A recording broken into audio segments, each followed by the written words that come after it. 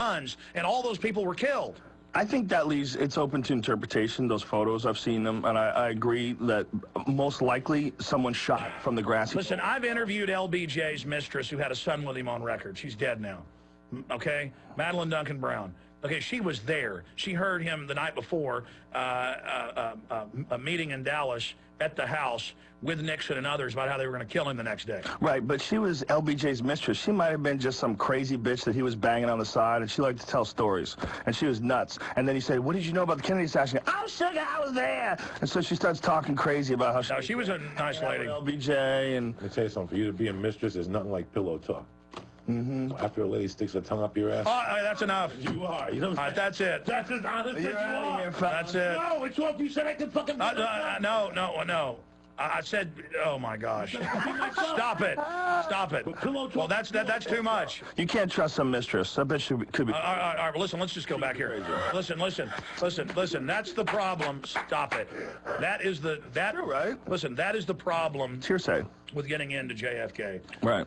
So much hearsay. There's so much talk. But, I mean, the Lee Harvey Oswald thing, just that alone, the fact that Jack Ruby ran up to him and shot him in front of everybody... Hey, let's go further. I've interviewed Grody. Who, by the way, these guys... Grody? I forget his first name. If you pull up Grody's last name, he's admittedly the undertaker for Lee Harvey Oswald. Okay? And, you know, they're wealthy folks. They own funeral homes all over Texas now, but they owned one when he was, you know, a young man in '63. And I've interviewed him. One of the only people to interview him. He actually came to an event I was at and said, I want to talk to you. He was with his son. I had him in studio. I was going to his house to interview him a few days later. Up on Lake Travis, and somebody ran him off the road, and he hadn't been able to basically do interviews since then. But on my way over there, he got run off the road by a car that came out of the lane after him.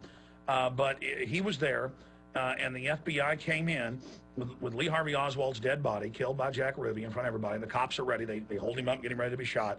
And they came in and put ink on his hand. And they took that hand, they put it on the gun. And they went out to the media and said, we have his fingerprints on the gun. And you bet they did. It was even in ink. So they came in and front of him rolled the hand on there. And he told investigators this a few times, but he told me on video that. And again, I just told you, E. Howard Hunt, you know, famous Black Ops CIA commander, overthrew Guatemala, you know, Philippines, the list goes on and on. Deathbed confession. Deathbed confession. Well, he could have been just a crazy guy saying, I'm going to trick everybody on my deathbed. Wait, this is my last. Except he was clearly photographed. I did see that coming out of the police station after he was arrested. Yeah, he was back in the boxcars, as the witnesses saw, with guys running back and forth with guns. And then all those witnesses, it was more than 20 that saw that, they all died within a week. Boom, shotgun back of the head. Yeah, Joe, you're right. The government didn't kill Kennedy. I think they did. I think they did. What I'm saying is I just don't know why anybody wants to think that they didn't. People want to think that the government didn't kill Kennedy. They want to think that Lee Harvey Oswald acted alone. I mean, it's a very common argument. It's confusing, right? Joe, you look today like a 1918 German biplane pilot. This is an affliction jacket. It's got a cross on the back with studs. That's what you're into. Oh, Joe, you are something else. You're something else too, pal. You coming tonight, or what's the story? You gonna hit me with some thing, the kids? What are we doing? We're gonna talk Lee Harvey Oswald tonight. Well, let's do it over. We're gonna discuss. Don't say where we're going, or 50 people will be there. Don't say where we're going. That's what you're all Cap about. City Comedy Club, 2 shows tonight, 8 and 10:30. And my man tomorrow, Wolfie 8 and tonight. 10:30. Harvey Oswald Jr. Crowd's gonna be nuts. Last night was nuts.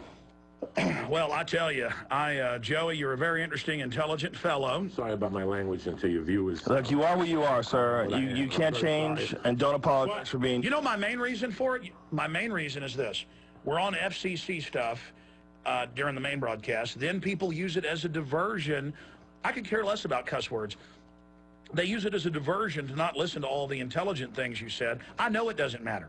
It just becomes a distraction, and then if I put it... bad language is inhibiting the investigation into the government killing Michael Jackson. That's right. Also, I have all these people that are trying to censor and attack one of my YouTube channels that has like 71 million views on it, and they let everybody else cuss. We have 8 channels, over 200 million. 71 million. Yeah, they go and file fake complaints and then remove the video of this so we can't post it. But don't worry, everybody else will. Well, and then I'll tell you what, it's just because I curse a little bit does not mean I'm lying. When you listen to your politician who's talking to you like a Christian, he's lying. So, do you follow what I'm saying to you? No, I know. We're talking about naked body scanners. We're talking about children being molested by TSA. We're talking. We will listen to a politician with the same story every 4 years with that sorry-ass line of shit. But these fucking momos will get offended because I say the word fuck. That's why you're around FEMA camps and the because Amero. they're too stupid to understand what's in front of them. Forget about the curse words. At least the kid's not fucking lying.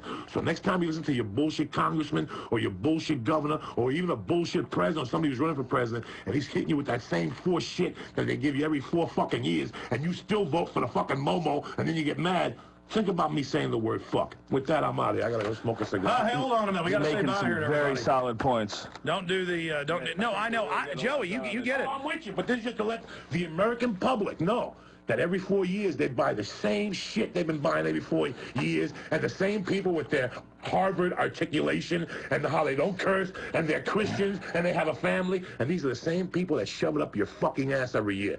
The one thing that you'll get about me is I'll say fuck, but I will not fucking rob you. If I need something, I'll ask you like a man. You're good guy. Hey, Go fuck yourself, you cunt. hold on 1 second. Take a joke, take a shuttle. Joey Diaz, Facebook, Twitter, check yourself before you wreck yourself. Big dicks in your ass. Oh, okay, that's enough. All right, get out of here. You're in trouble.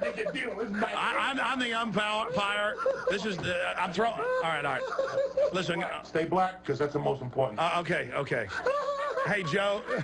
Bro, the show's over. Why are we even talking? Listen.